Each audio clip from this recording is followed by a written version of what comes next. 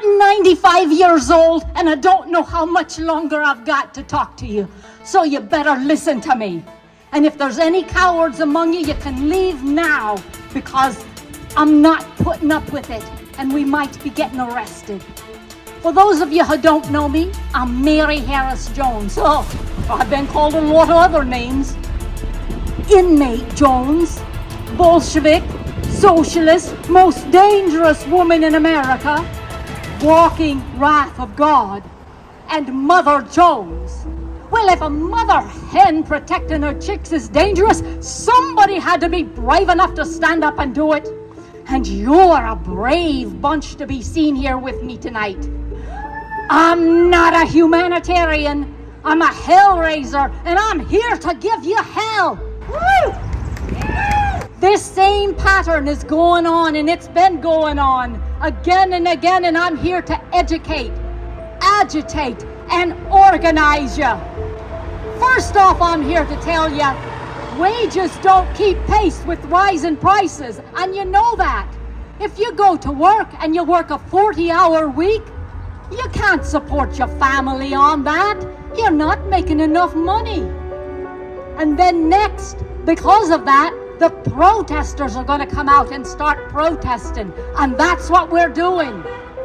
And then the wealthy start calling us names, like lazy. And then they call us illegal. And then they say we're terrorists. And they get away with us.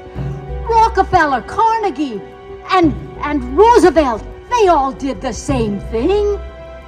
The media then hires to dispense propaganda, to sway the thoughts of the masses and try to stir hysteria.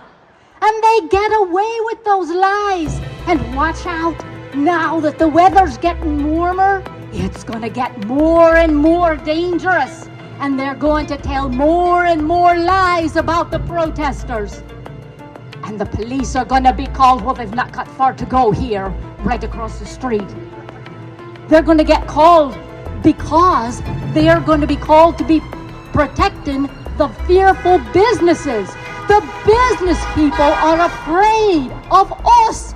Of us. They're afraid of us. And violence is going to escalate. And the businesses then are going to hire thugs who are going to look just like you.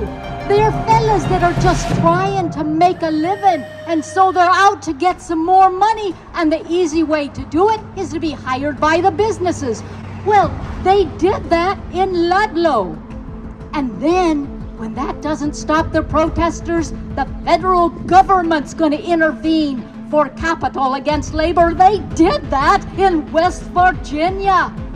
And they're going to call us murderers when they're doing the murdering. They did that down here in Verdon, and they're going to get away with it.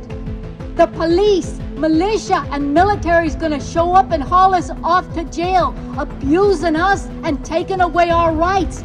They did that in Arizona. Mexican President Diaz did that and hauled people off to jail, kidnapping them. They're going to get away with it. But if you get hauled off to jail, remember, it was the laborers that built those jails, so you'll get used to it. Try not to lose your dignity. Those jails are almost like our homes now. I was asked if I wasn't afraid if I'd get hurt, and I'd say, oh, I'm the one that's doing the hurting. All of us gather together and protest. That's what scares the government. Those big fellas in Washington, that's the ones that get hurt. We gotta stand together in solidarity with us old agitators. We know how to do it. Stand together for liberty and justice. Ah, where have you heard that before? Where have you heard liberty and justice? Patrick Henry said, give me liberty or give me death. But he also said, eternal vigilance is the price of liberty. And he said it again and again. Listen to Mother. This is nothing new. It's happened many times before all over the world, and the world is watching us. The U.S., us, watching us now. Liberty, freedom from arbitrary control. We fought and died for liberty, and they're trying to take it away. 8 hours of work, 8 hours of sleep, and 8 hours of liberty. Liberty from freedom from arbitrary control. Alone, we have no protection against that nest of poisonous vipers in Washington, coiling around our wrists and dragging us off to a debtor's prison, and no chance for escape, not for you or your children. There'll be no money to heat your home this winter. There's no money for warm clothes or shoes. And there's no money for medicine for your children or your old folks. And let me tell you this, how many of you already know this? You can't even afford to bury them when they die. You have to take a loan out to bury them.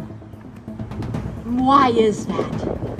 Why is that? Because some greedy human being broke that great commandment, and you all know that commandment. Thou shalt not steal. Those high-class thieves built their gilded palaces on the bleeding, quivering backs of you and your children. Those that know hard work built this nation, and we're not going to give it up to those thieves. We have to stand together in solidarity. That's what will scare the people in Washington. I fought those thieves until there wasn't an ounce of breath left in these old bones. I faced their guns, endured their lies, survived their prisons. And it doesn't matter what race, creed, gender, or political banner you stand under. We're all protesters in this together. Are you ready to rise up for equality? Yes!